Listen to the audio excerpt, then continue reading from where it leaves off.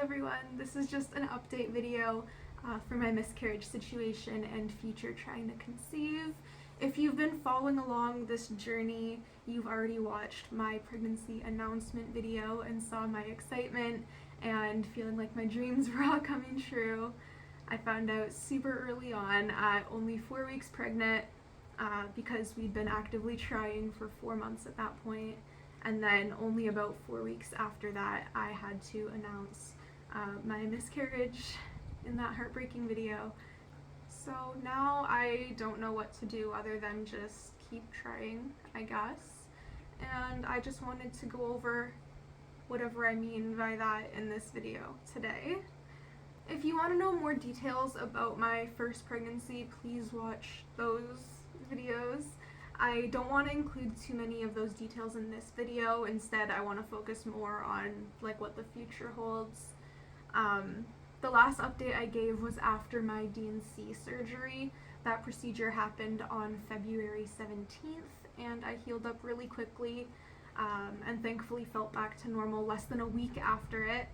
And then a 6-week wait had to go by and then go back and talk to the doctor. And that's why I was waiting to make this video. That's what I was waiting for, is because I didn't have any real answers or anything until that appointment happened. So I had to get blood work one last time before the final checkup, just so they could make sure that the HCG in my blood was gone, and it was really emotional. I had the appointment scheduled for the 21st, and I seriously had like 3 mental breakdowns in the car just on the way there. So I had to cancel it and reschedule, and then thankfully the second attempt went smoother, but that's just because I was able to dissociate through it, if I'm being honest.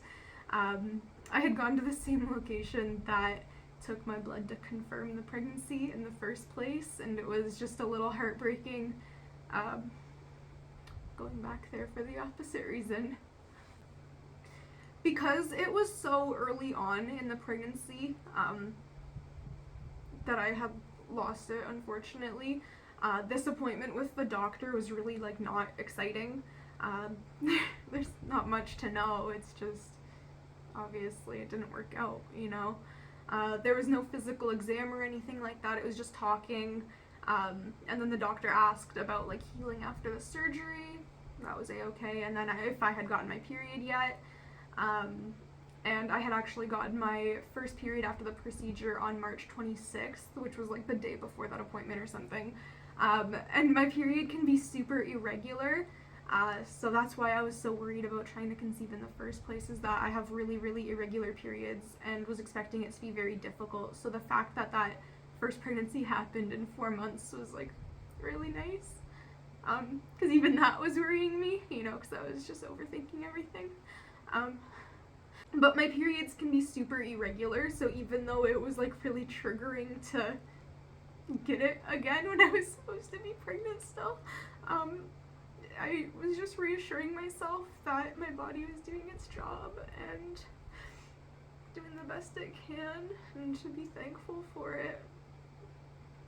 I've talked about it in a couple videos before that I have a lot of like body image issues, and I've struggled with that a lot in life, so taking the time to be appreciative of my body taking me through this is really important. I don't want to see it as my body failing me, but my body doing what it had to do, because, you know, we couldn't have carried a non-viable pregnancy to term, you know, so it's just doing what it has to do, and I'm trying to be really gentle with myself about that. And I was taking folic acid since the very beginning when we very first started trying, and immediately switched to prenatals when that test turned positive. And it's important to take folic acid, obviously, for the benefits for the baby, but I find that it even helps regulate my periods more a little bit, and it makes it a little bit easier to track ovulation. And then the prenatal I used was Pink Stork Total Prenatal plus DHA, and I really loved it, and I plan on using it again in the future, probably. But I had stopped taking my vitamins while going through the miscarriage, kind of just thinking, like, what's the point, you know? But I started taking my folic acid again on February 21st after my surgery. Also, when it comes to male fertility, I know that doesn't have to do with me, but just on the topic of trying to conceive, there's so many placebo pills sold by like adult companies, and like they're not really gonna help. My boyfriend doesn't like need it, but I did a bunch of research just to help with getting pregnant in the first place, of course, as one does. So I got him set up taking CoQ10 vitamins, and they're meant to help with like blood flow and heart health and sperm activity, and he'll probably be taking those again soon when we're actively trying to conceive again. Also, I did quit smoking for the duration of my pregnancy, but immediately started again after that ended. So it's one of the only things that's like helping me cope at the moment, and personally I think there are much worse options to turn to than a plant. Like one night I got so drunk that I threw up, but otherwise I don't drink alcohol or caffeine really, so thankfully that's not a habit I have to worry about. But I'll cut back on the cannabis again once the time comes. Anyway, the only news that was news at the appointment was they almost confirmed that I did not have a molar pregnancy. When I went to the ER for my miscarriage, they did 2 ultrasounds on me, and they were seeing they weren't seeing a baby, they were seeing a mass. So they suspected it might have been some type of molar pregnancy. I never believed it. I didn't have the right symptoms of a molar pregnancy, and it seemed like a really far out guess. But from what they saw, they had to do their jobs and act as if handling the worst case scenario, which I get. And I hate thinking about this and hate being so blunt, but I don't think they saw a baby on the ultrasound because it had been dead or dying inside of me for a week before that. And I think that should have been considered maybe, because it wouldn't have looked right. So after the D&C procedure, they do the tests and whatnot, and 2 different pathologists looked at my results and could not come to a conclusion, I guess. They said it was most likely not a molar pregnancy, and it was probably a spontaneous miscarriage, but they couldn't give a solid answer because of the initial questioning that it might have been a molar pregnancy. So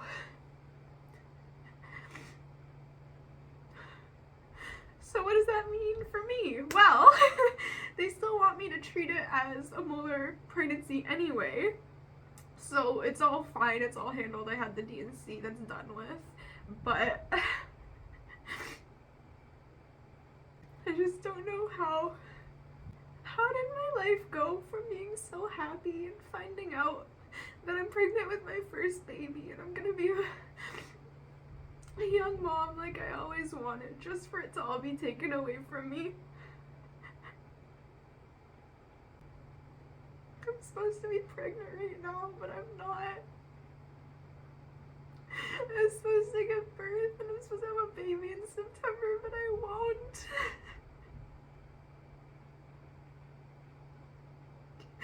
Instead, they want me to wait 6 more months and get blood taken every single month to make sure my HCG levels stay down. And I can say that I understand, and I can say that I'm getting through it, and I can say that I'm thankful for being luckier than other people, because I mean there's much worse situations out there, but none of this is fair, and I don't know how to get through this, and every single day is hard to get through right now, only to be told that I have 183 more to go, and then however many more it takes after that to try and get pregnant again. And then the fear that that could just end up being another miscarriage anyway. I have to start again.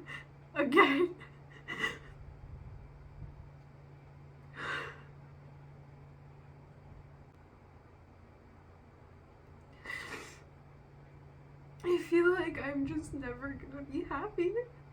And I know that's a little bit dramatic, but I feel so hopeless. I've had my fair share of abuse and trauma in my life, and I really thought I was doing great on my healing journey and was gonna get my happy ever after that I always wanted.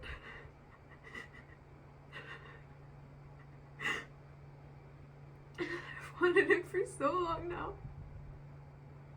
This has been so triggering, and I feel like I'm reliving all of the emotions of my life being out of control and being so hurt. I cry like 5 times a day at least, at the very least. And I just shut down, shaking and speechless and staring at a wall for like 80% of my days. I'm just a shell. But I've felt similar to this before, and I've gotten through it.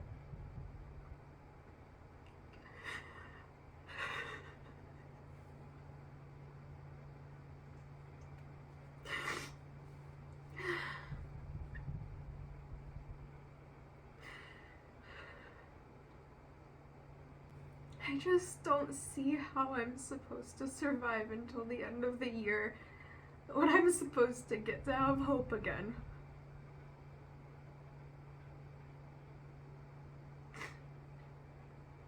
I really need to look into some sort of therapy or something again, though, but I don't even know where to start with it all. But anyway, this is a really vulnerable video for me, and probably a cry for help. And this all sucks a lot, and if you're going through something similar, I'm very, very, very sorry for you. But, you know, everyone always tells us we're not alone, we're in this together, so it's pretty comforting. But I guess I won't have any major updates about this type of thing for a while. I'll probably talk about the blood work and my deteriorating mental health in my regular month recap videos that I make, until I can announce my rainbow baby. So yeah, thanks for watching.